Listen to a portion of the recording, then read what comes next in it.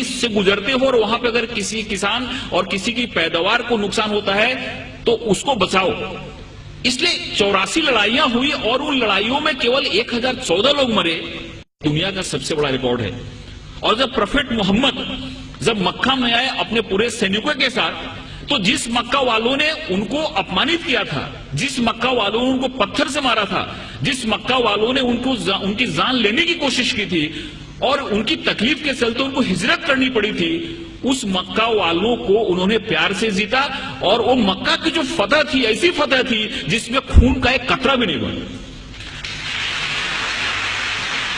Prophet Mohammad को जितना अपमानित किया गया था, प्रोफेट मोहम्मद की जिंदगी को जितनी तकलीफ दी गई थी, अगर वो चाहते तो जिस समय उन्होंने मक्का में प्रवेश किया, मक्का की फतह की, उस समय हजारों लोगों का कत्ल करा सकते थे, लेकिन एक भी खून का कतरा नहीं बहा और बड़े प्यार और मोहब्बत के साथ उन्होंने मक्का को फतह किया।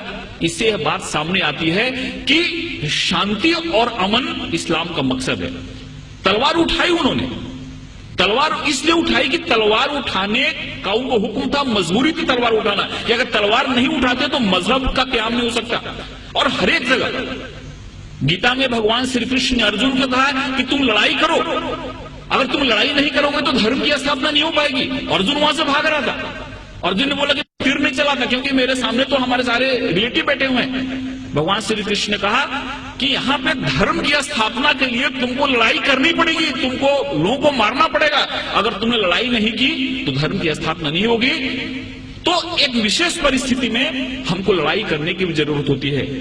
वैसे प्रोफेट मोहम्मद ने अगर लड़ाई करने की बात की तो वहां पे की जहां पे लड़ाई करना मजबूरी था, और वहां पे अगर लड़ाई नहीं होती तो शांति की स्थापना नहीं होती।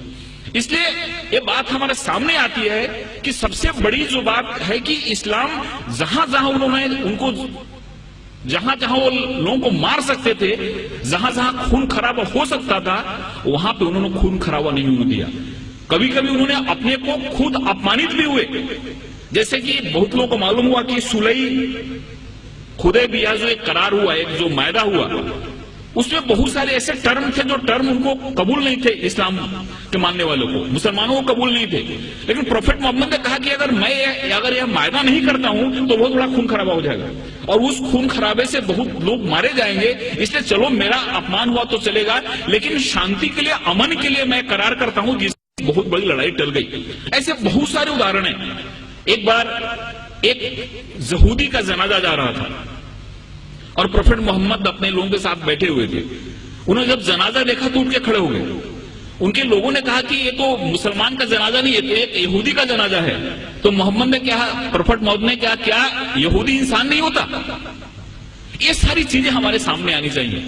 उस बूढ़ी औरत की कहानी मालूम है कि उसको ऐसा लगता था कि यहाँ पे इस्लाम बढ़ रहा है, मोहम्मद नाम का ऐसा शख्सियत है जो सबको इस्लाम में ले जा रहा है, इसलिए गांव छोड़ के जा रही थी। उसके सर पे गठरी थी और गठरी उठ नहीं रही थी। एक नौजवान आया और बोला कि माता जी मैं आपकी मदद करूं, आप चलो अपनी गठरी में गांव के बाहर छोड़ देता हूं। औरत ने उनको गठरी दी और वहां से नौजवान उस गठरी को अपने सर पे लिया और गांव के बाहर गया और बोला कि आप ठीक है, आप गठरी लो, जाओ। उस औरत ने पूछा कि कैसा नेक इंसान है जो अपने सर पे मेरी गठरी लेके जा रहा है। उसने पूछा कि तुम्हारा नाम क्या है? इन्होंने कहा कि मुझको मोहम्मद कहते हैं। जिसके डर से भाग रही थी वही इंसान उस औरत की गठरी को अपने सर पे ले जा रहा है और उसको मदद कर रहा है, और उसी दिन औरत इस्लाम में आ गई। जो औरत प्रोफेट मोहम्मद के सर पे हमेशा कचरा फेंका करती थी नमाज के जाते समय, रोज कचरा फेंकती थी उनके सर पे। एक दिन जब उसने कचरा नहीं फेंका तो मोहम्मद जब लौट रहे थे, प्रोफेट मोहम्मद, तो उन्होंने देखा और पूछा कि औरत कहाँ है? लोगों ने कहा कि बीमार पड़ी हुई है। वहां पे जाके उन्होंने उसकी तबीयत पूछी।